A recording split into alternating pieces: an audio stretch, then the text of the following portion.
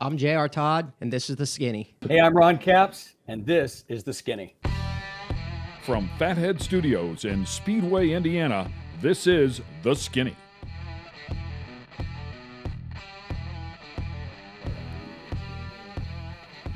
And what you don't see is Carl in the background giggling and laughing, telling us it's time to start the show once again. Rico, Elmore, and Ken Stout, welcome to The Skinny. And we've got a couple of big guys that are going to join us here today. NHRA superstars, both of them are champions.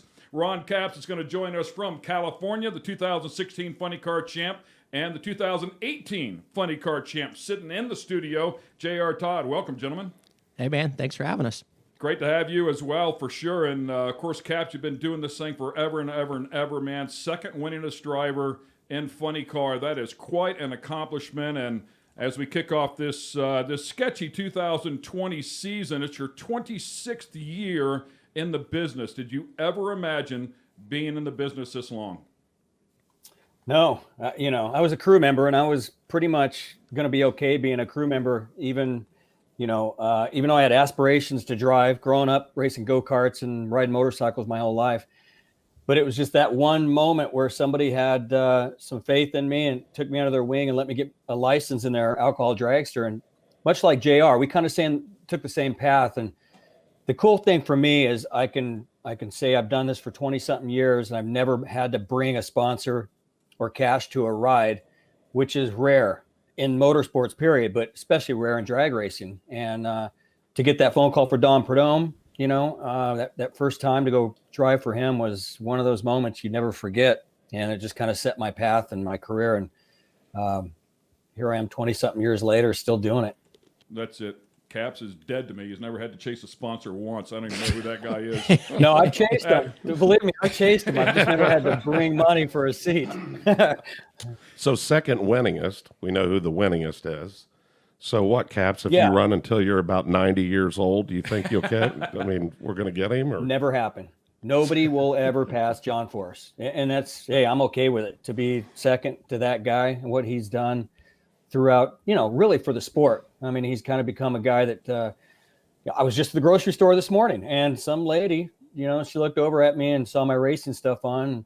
First thing she asked about was John Force, and she didn't follow it except maybe saw the reality show and then watched drag racing because of his daughters. But, he has been drag racing for a long time. And so, nobody's ever going to catch that guy. He has set a record that is astronomical and as far as wins. And J.R. Todd, you're actually following right in suit. He's had an incredible career, and going along with that long career as well, 16 years with Don Schumacher is certainly nothing to sneeze at. Anytime you can stay with a team that long, and we were just talking with Scott Dixon. I think he's been with Ganassi for 19 years, but that relationship is so difficult to pull off. It's difficult to make it, but to pull off a relationship like that is really phenomenal. Yeah, Ron talking, that none of us are ever going to catch John Force. Well, at the rate that Capps is going, he's not that old, and he's still kicking everybody's butt. It's going to be hard for some of us to even catch, the number 2 guy, which is him. And it's funny. I feel like he kind of gets aggravated or upset, like you bring up stats that he's been doing it forever because, like I say, he's not that old. It's just that he wins a lot, and every year. So he's definitely set the bar high for us younger guys than him to try and catch him. He's definitely one of my heroes and a guy that I set out to be like, and we all know that we're not going to get 200 wins or what, John Force he's in a different category, and I don't want to race till I'm 70-something years old either. Well, you might change your mind on that one. It's some of these young guns, you're a little ahead of yourself right there. You might be happy to still be doing it for sure, but and you look at John Force. I didn't mean to get off on the John Force tangent, but how do you not talk about the guy when you're talking about NHRA? And I agree with you 100%, Ron. But when you take a look at him, here we are, 2020. He's top 5 in the points again, and BRITTANY is already running best ever numbers. So, it's not like that team has even thought about laying down. No, not at all. They got a heck of a brain trust over there between all their teams, and they work really well together. And it seems like every year, Ron and myself and the rest of us, we're kind of chasing Robert Height and Jimmy Prock and those guys, and that information, it spills over to Force's car, and you got a guy that's been around as long as he has, and that's a combination that equals success and wins. And like I said, he's still getting the job done at his age. I'd love to get both of your thoughts on the head games that he plays at the starting line. I mean, to me, and other forms of racing, which is what my career's pretty much been made up of, it's games all the time. I mean, it's no different than somebody putting a bumper on you, driving you a little bit wide in a turn, maybe slamming the door on you. He rolls in the world of drag racing. He's like, game on, guys. I'm going to do whatever I can do to try to beat you. But I don't remember him doing it so much earlier in his career. He certainly plays those games now, and he does it really well. Yeah, Ron's competed against him more than I have, so he could definitely tell you how far back he's been doing it. But I've definitely gotten a little taste of it, and it's not fun to be on the opposing end of those games. You have to know ahead of time that there's a chance he's going to do something. Just prepare yourself for it because it's bound to happen. Is it all fair in love and war, Ron? Yeah, you know, I've had quite a few times. Forrest has been probably overall one of my better friends. You know, he quit drinking and quit all that stuff after his bad wreck, but we've had a lot of good times. And he kind of took me under his wing when I was a rookie in Top Fuel. And then when I went to Funny Car, I went there with Don Prudhomme to beat John Force. That was the reason Don Prudhomme got that whole program together with the Copenhagen car.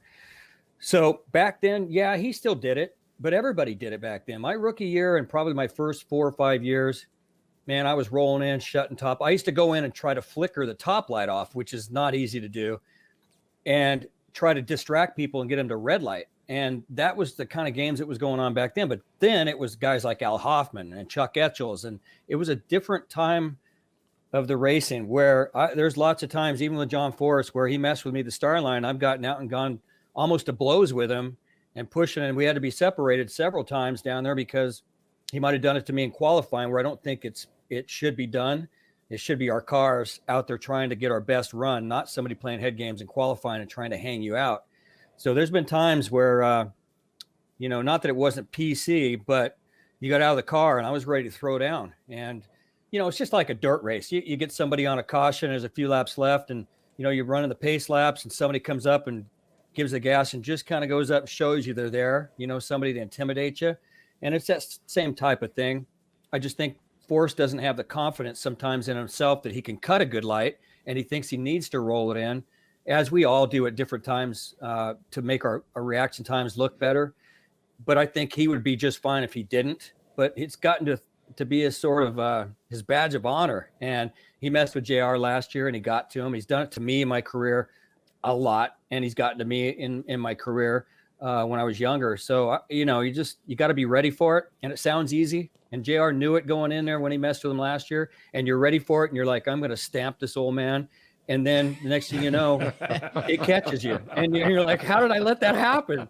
Right. Like, you know, it's like you got Tony Stewart on the 2 laps to go on a caution. And he shows you a wheel and you're like, oh man, you know, I got smoke next to me. What's he going to, and you're more worried about the opponent than you are anything else. I remember back in the day, and it was a really big deal when you guys would hang each other out. The clutch would get a little too hot, and they'd go 1-to-1 the second you hit the throttle, and you knew you were going to knock them out of the race right off the bat. And boy, people were pissed at the other end. They were ready to throw down. I'd say that's still the case. And like going back to what Ron said, in qualifying, someone does that to you. I mean, there's no rule that says that you can't do that. I mean, we know that you got 7 seconds to stage after the first guy does. But 7 seconds, that seems like an hour. Even if a guy takes 3 or 4 seconds, like, that's too long, man. Like, what were you doing over there? So if it happens in qualifying, you may let somebody know. But my opinion is, like, I don't want to go show them that pissed me off. I'm just going to return the favor.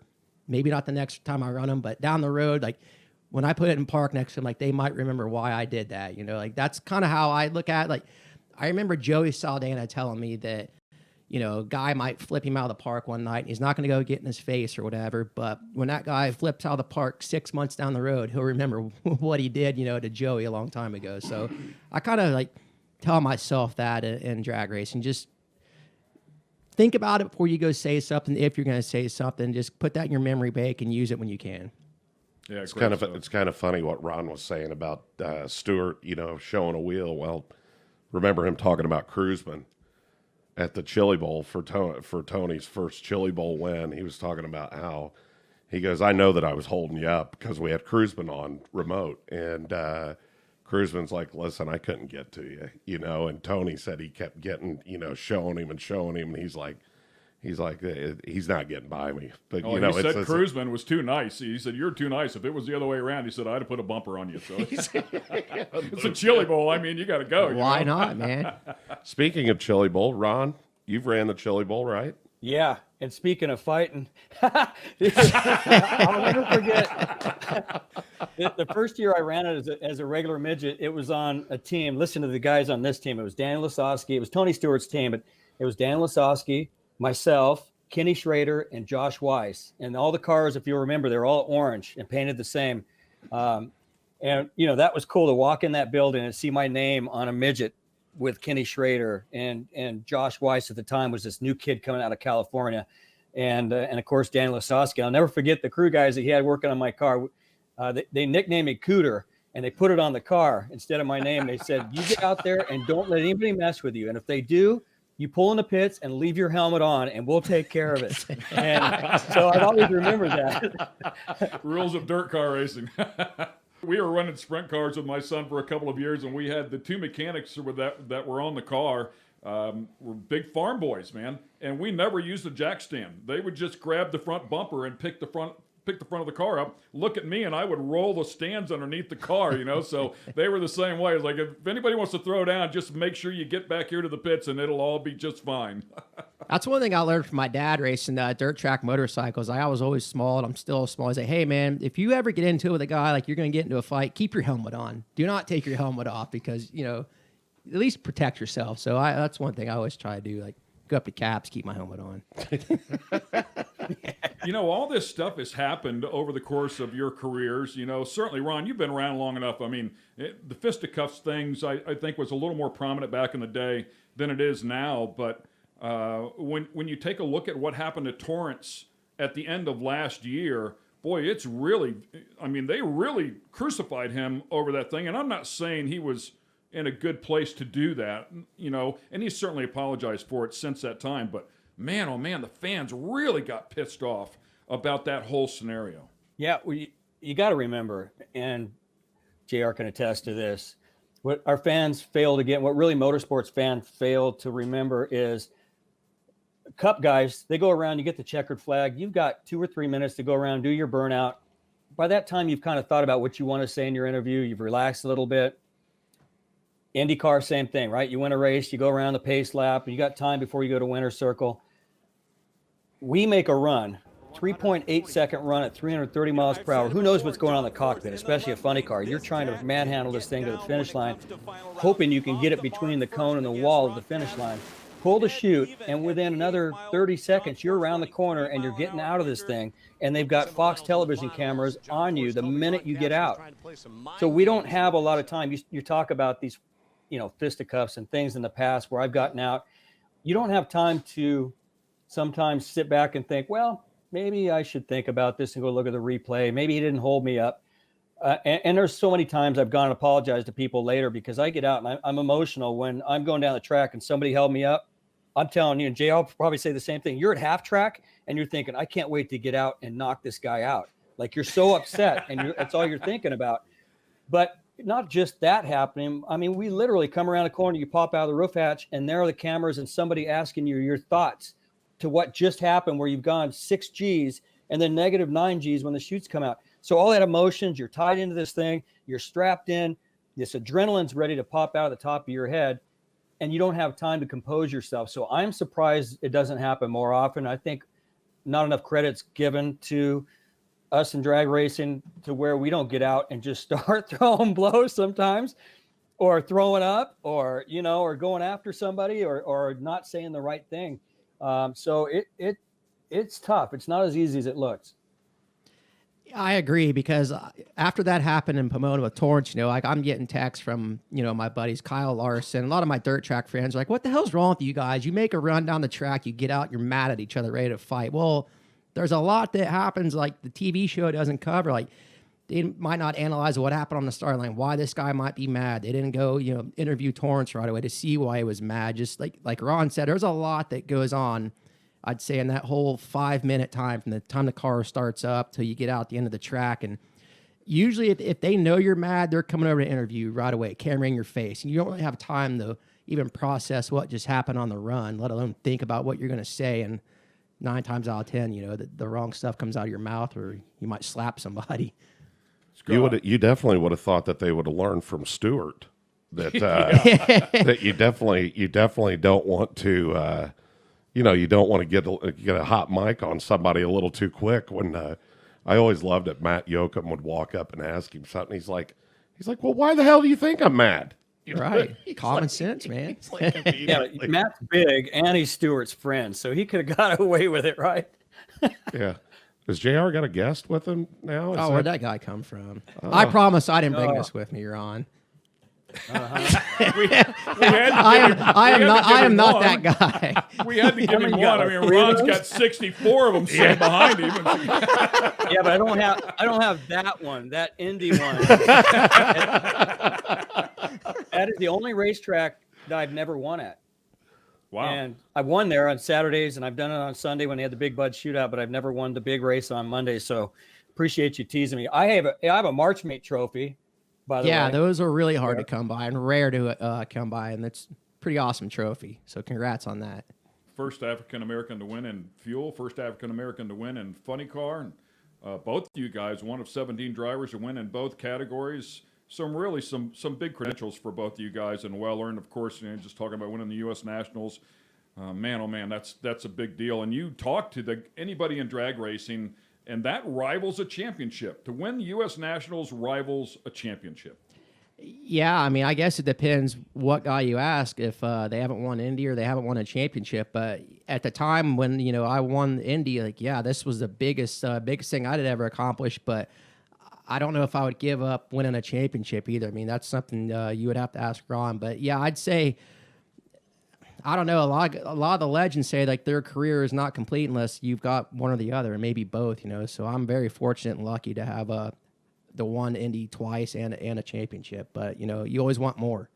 And coming out of the junior dragster ranks, I mean, you are the true poster child of starting off at 10 years old, staying in there, running the course of time to 17 years old, coming out of it, getting your 890 class license, then going to Frank Holly's school. I think you also were in an alcohol car for a little bit, and then up to the big ranks. I mean, you ran the whole gamut of what you're supposed to do. Yeah, there's definitely a few of us that took the road of the junior dragster path, what it was designed to do, to hopefully get you to the professional level someday. But it's really hard, just like any sport. I compare it to a kid playing Little League Baseball or Pee Wee football that makes it to the major leagues or the NFL. It's a really tough road, and I'm lucky that I met the right people along the way, and my parents sacrificed a lot for me when I was a kid to take me racing across the country to meet certain people and what have you, and just really worked at it even when I wasn't driving, became a crew guy just to show other teams out there that knew that I had driven in the past, hey, this is what I want to do. And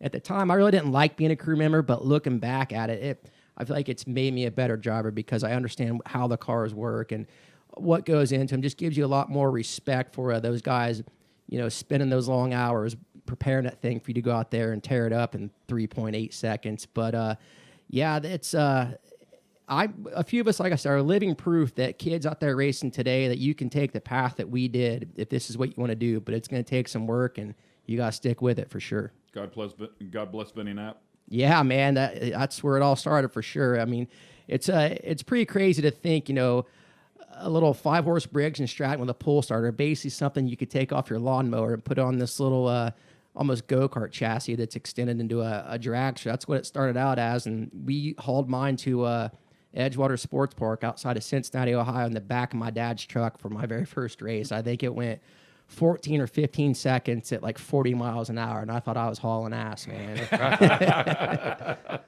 Great stuff. And you've had wonderful family support all along the way. Yeah, absolutely, man. My mom and dad, they've been there from day one, and they still go to majority of my races today. And when they're not at the track, people are worried something's wrong. Hey, how are your parents? Where are they at? Man, they still got jobs back at home they got to go tend to. So yeah, they have a lot of fun, and it's nice having that kind of support. And from day one, my dad's told me, hey, I'm 100% behind you in this stuff, but if you ever want to quit, I'm 110% behind you. So it's nice to not have that pressure from my dad, my mom and dad to make this happen. They're always there no matter what I wanted to do in life.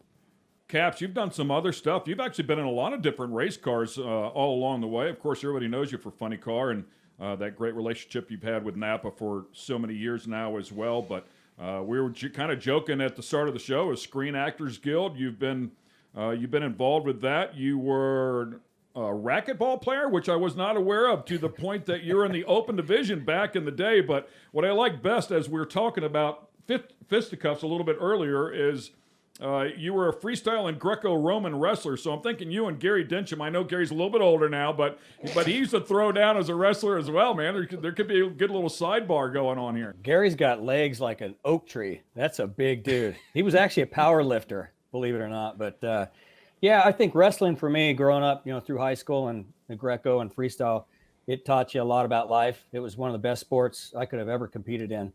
And so then teaching racquetball, I did that through college. That was my job, working at health clubs in the Bay Area, 3 of them. And then I played tournaments for money on weekends. So, but my aspirations are always to race. And I was going off on weekends and helping Blaine and Alan Johnson prior to Blaine getting killed.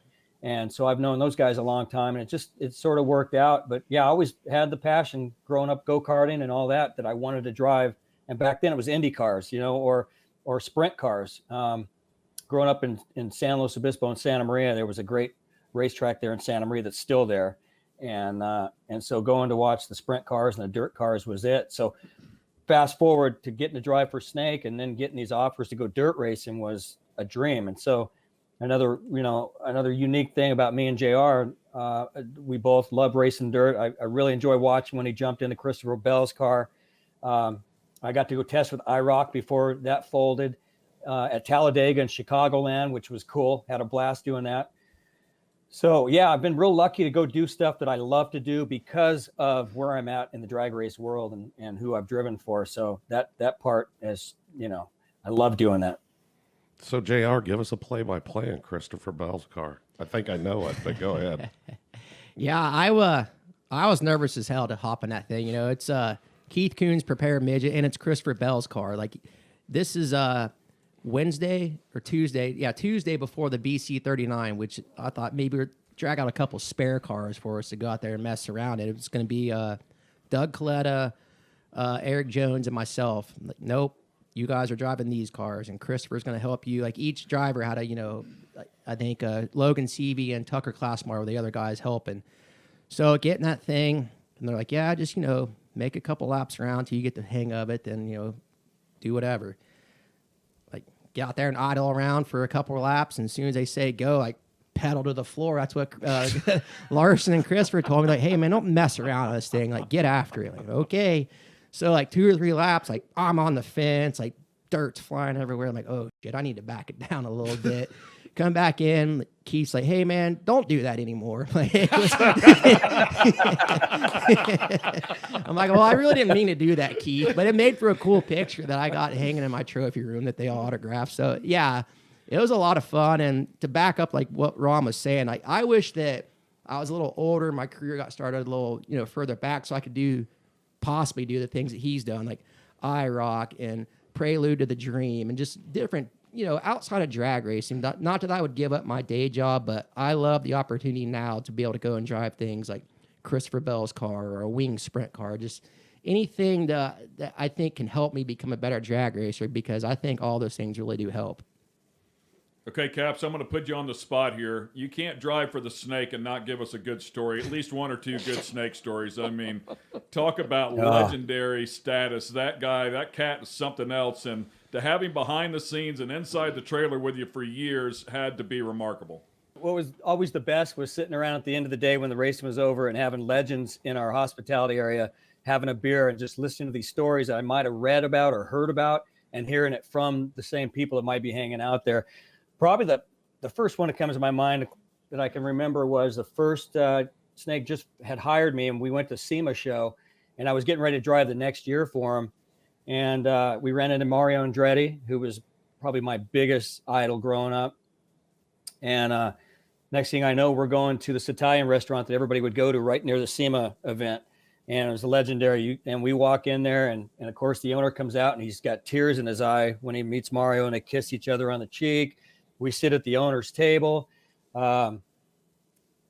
we're heading back to the hotel afterwards, and I'm having these pinch me moments like, God, I'm hanging out with Dom Perdome. Then I remember I'm driving for the guy now who's one of my idols, and we're out to dinner with Mario Andretti. And never forget, we're in the cab on our way back, and the guy driving was this old Italian guy, and I could tell Snake knew he was a big time Italian guy. And I just remember the guy didn't realize it was Mario Andretti sitting in the back, and I was sitting up front. And I just remember Snake telling the guy, "Hey man, you know, he's talking about your driving," and he says, "Man, you drive like Mario Andretti." And the guy goes on and on. "Oh my God, Mario Andretti is my favorite." And he does this whole thing. And then when we stopped, the guy tells him Mario's in the back of the car. And the guy got out and got on his hands and knees and just started crying in front of Mario Andretti. So moments like that were, for me, just, you know, I'll never forget being able to be around these legends. But driving for Dom Perdome turned me on to a lot of those moments. And fortunately, I've got a lot of stories. Unfortunately, I can't tell most of the stories. CARROLL SHELBY ride to the airport with Snake after leaving Gainesville one time. I'll never forget that. If you ever met CARROLL SHELBY, you know what kind of guy that was. And that was probably 8 minutes of the most F-bombs and S-bombs I've ever heard in my life, of them telling stories of the old days. And, you know, now that he's passed and being able to spend that time with him and Snake, another one of those moments. My God, I mean, I had goosebumps telling me that story about Mario Andretti. That's just incredible stuff. Yeah. Talk to me about how passionate and how competitive Snake was. When you're in the trailer, you're in the middle of the dogfight on a Sunday afternoon. Give me a feel. It's all he's ever known to do. And I was told he's calmed down. I was told by AJ. I was told by Mario. I was told by Connie Coletta. All these guys said, "Man, it's a good thing you're driving for Snake now and not 10 years ago." Because he is as intense as you would think. He just feels like he's scratching for everything, like he was in 1963 when he first got his first job driving, or first chance to drive. And it's all he's ever known. He was a car painter, and he doesn't have, like a lot of these other owners, a big business at home where they run during the week, you know, like a Penske or Don Schumacher, and these guys have all this other stuff going on. This is all he's ever known. So it's everything to him. And I mean, the smallest little thing, I learned how to dress. I learned how to pack clothes for trips, the minimal amount of things to pack. I learned how, when you're sponsored by a beer company at your dinner, when you finish that bottle of beer, and it was Miller Lite back then, you don't let them take the bottles away. You leave them on the table. If somebody walks by, you want them to see that you've been drinking Miller Lite. And just little things I never would have thought of as a kid, you know, growing up. And when you got these big sponsors, and boy, he notices everything. He wants his scooters in front of the pit area lined up the way Roger Penske's scooters are lined up when you walk into his area at an IndyCar race. And just things that I have over the years kind of taken and put into my brain. And my wife laughs at me all the time. She calls it a snakeism. I'll say something or do something, or a mannerism I do will be something that she saw a Snake do. And it's instilled in me. And, you know, you couldn't ask for a better person that hated to lose and was there in the beginning, and a guy that I played with his Hot Wheels, as we all did growing up. You know, to have somebody like that to emulate and be around, it definitely was something that made my career what it is today. He was talking about the beer bottles. My wife seems to get pissed when I leave them all over the table like that. But try to get her over that deal. Tell her it's a sponsor deal, but no, I mean, you know. So well, you shouldn't do with Bartles and James. I'm talking beer. Yes. Yeah, so it's bottles of bourbon, actually. She's wondering why there's 3. But anyhow, you know, I always laugh because Snake would be up on the line and JR was running. I think you were running at Lucas at the time. And, you know, Snake would always say some of the craziest, like he always still does. I mean, he's definitely a shock factor guy, right? And he says, have you ever seen J.R. Todd and Lewis Hamilton at the same place? And I'm like, no. I'm completely baffled in where he's headed with this, right? Well, I can see it right now. They're one and the same, man. You never see them in the same place. And he's going on and on and on and on about, well, the last time I saw him was, you know, at our late great friend Bill Simpson's suite. And I think I shared this with JR, but you know, Bill always had a a good-looking blonde on his arm to the bitter end, literally to the bitter end. And you know, Snake and Bill, of course, growing up together as kids, you know, Snake would be down there. He knew every button to push with Simpson. And I mean, he mashed all of them with his feet, with his hands. I mean, he was driving him crazy. And I'm sitting down there watching it. And I said to Snake, I said, hey, Snake, I'm going back down to our suite. I said, stop by on your way out. He goes, I'll be down there in an hour or two. I'm like, oh, okay. So Bill's got one of his girls in there, and Snake's asking Bill. He says, Bill, how does she do it? And he says, what are you talking about, Snake? You know, he's irritated because Snake's firing him up again. And he says, how does she do it? He goes, I don't know what you're talking about. He goes, how does she keep it all in? Is it with Spanx or what does she wear? Simpson lost his day, threw him out of the suite. So Perdome comes down to our suite like about 15 minutes later. I go, what are you doing? I thought you weren't leaving for a couple hours. He goes, yeah, Bill threw me out. And proceeded to tell the story. So, but yeah, he's one of a kind, which, you know, that's, you know, you got people like him, you got people like Connie, you know, and some of these legends that were around forever. And, you know, we always talk about the, health of motorsports, you know, when we're on here.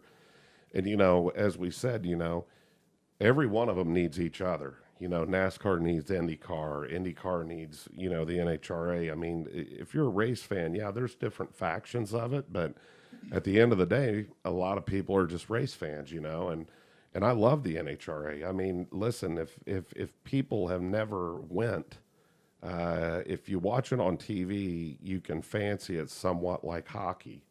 You know, it's cool on TV, but it's nothing like being there. Exactly. You know what I mean? And, you know, the NHRA,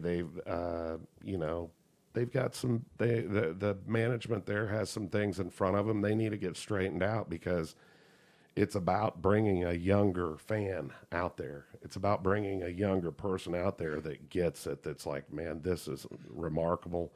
And I think a lot of that feeds back into having trades in the high school and people getting interested in auto shop and, you know, the things that used to drive that sport. So, and I hope they do, because it's a badass sport, man. There ain't nothing like it. Thanks for watching this episode of The Skinny. Be sure to check out all the latest sun and optical eyewear at fatheads.com. Special thanks to our sponsorship partners at Elliott's Custom Trailers and Carts.